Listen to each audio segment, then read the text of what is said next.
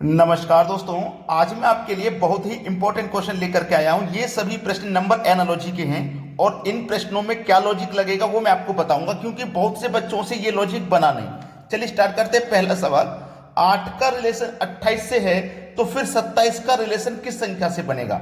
29 से बनेगा, 85 से बनेगा, 58 से बनेगा या फिर 70 से बनेगा?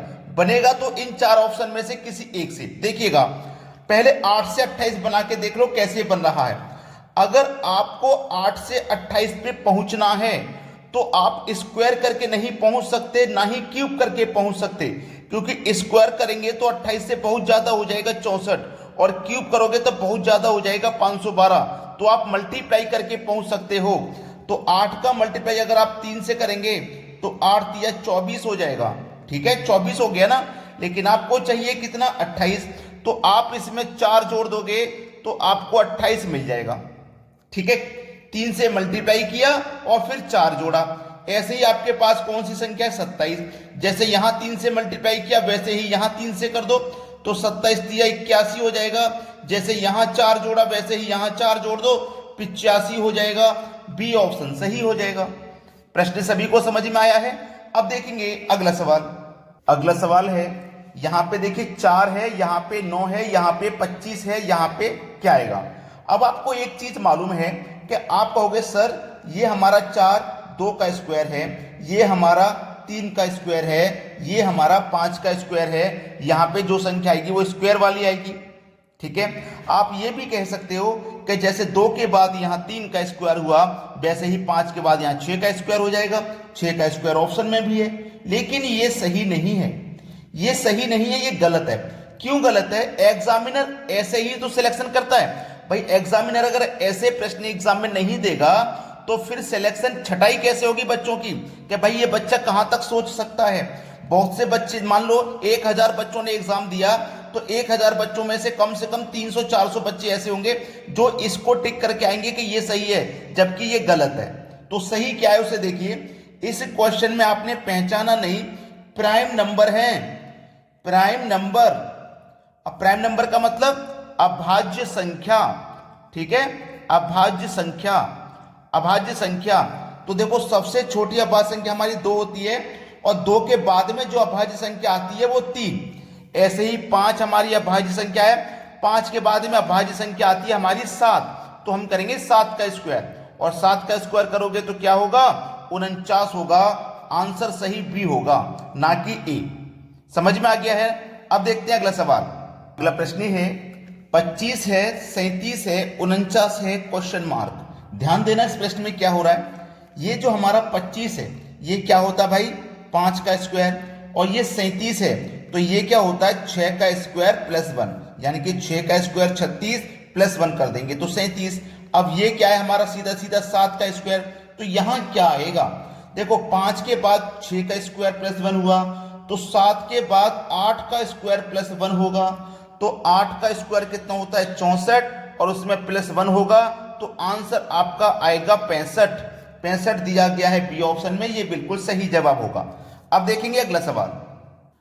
अगला सवाल है 68 130 क्वेश्चन मार्क फिर 350। बहुत अच्छा सवाल है। यहां पे इस सवाल को ही आपको पहचानना है क्या हो रहा है। देखिएगा, ये जो 68 है ना, आप 68 तक कैसे पहुंच सकते हैं?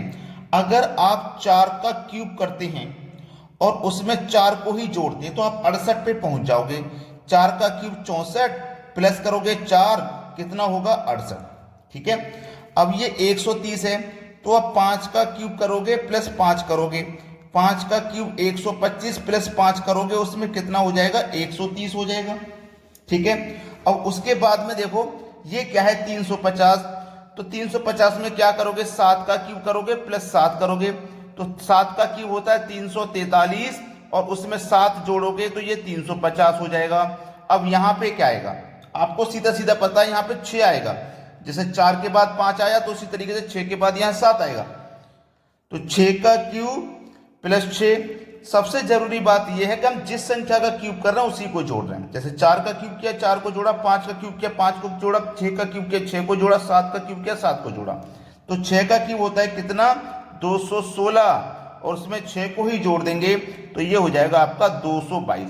ये आपके सवाल का बिल्कुल सही जवाब है, सी ऑप्शन। चलिए अब देखते हैं अगला सवाल।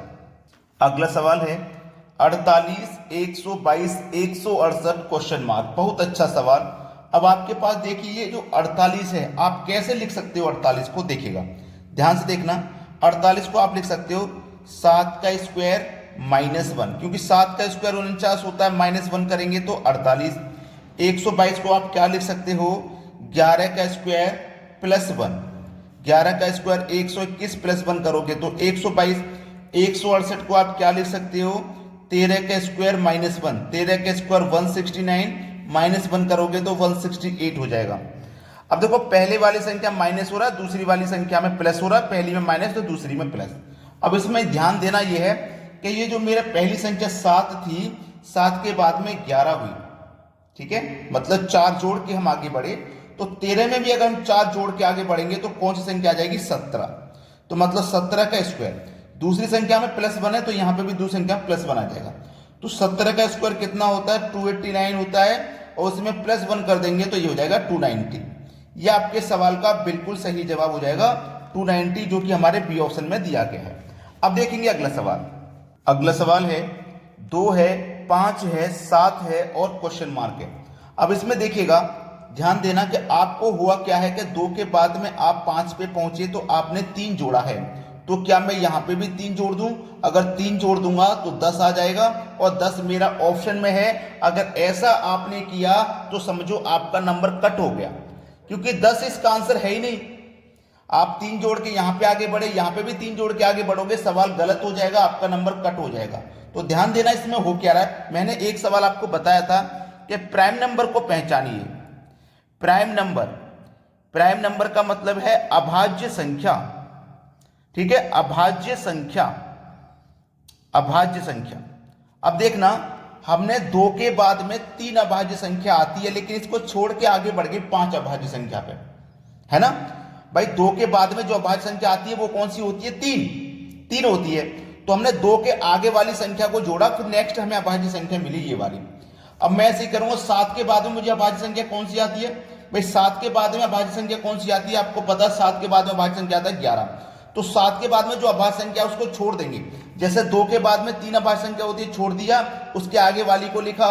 ऐसे ही 7 के बाद वाली को छोड़ देंगे 11 को, उसके आगे वाली को लिखेंगे 13 को। 13 बिल्कुल सही जवाब है।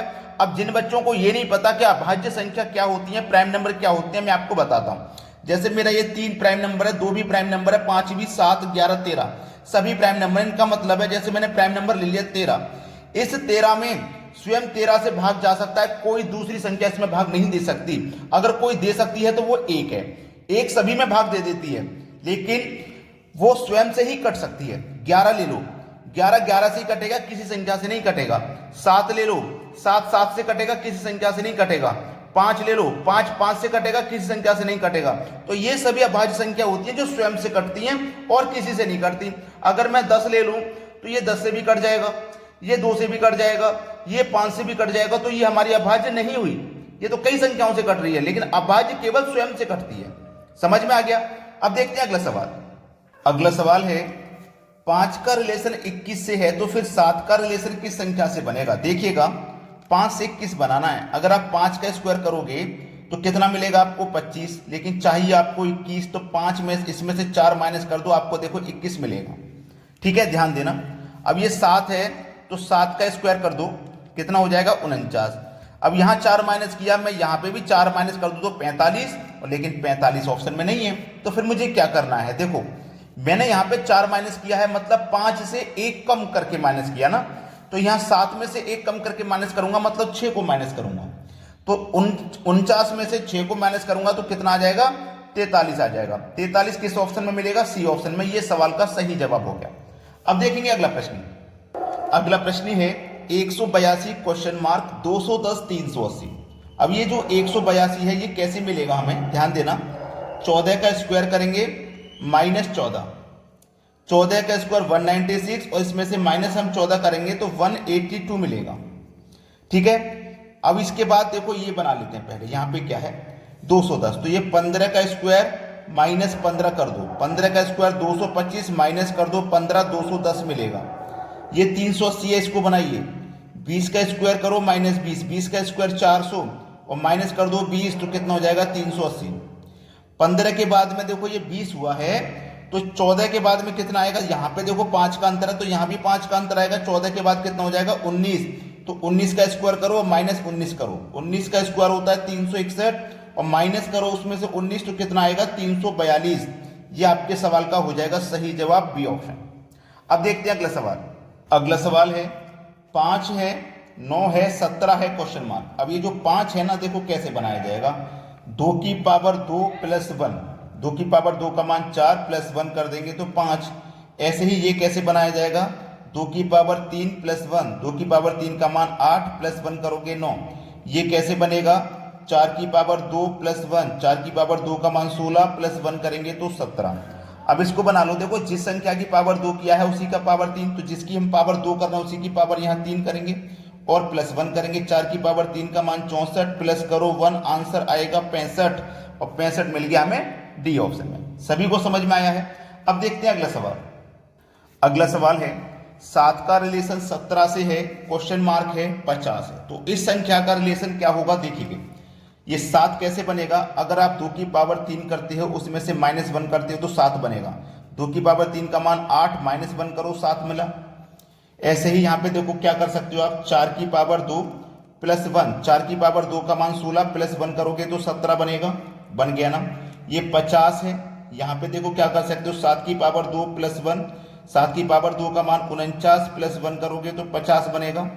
अब देखो हुआ क्या, 2 से 4 हुआ 2 का अंतर, तो यहाँ पे भी 2 का अंतर आएगा, ठीक है। तो कितना आएगा, इसका मतलब यहाँ पे 5 आएगा। तो पहले वाली संख्या में पावर 3 है तो यहाँ पे भी पावर 3 करेंगे, फिर माइनस 1 करेंगे। दूसरे वाले में प्लस 1 है, पहले वाले में माइनस 1, तो 5 की पावर 3 का मान 125 और माइनस 1 कर दो तो कितना हो जाएगा 124। अब 124 दिया गया है, ये रहा डी ऑप्शन में बिल्कुल सही जवाब। अगर आपने अभी तक वीडियो को लाइक नहीं किया है तो लाइक कर दीजिए, अगर शेयर नहीं किया है तो शेयर कर दीजिए और कमेंट करके बताइए आपको हमारे वीडियोस कैसे लगते हैं। ठीक है दोस्तों, धन्यवाद।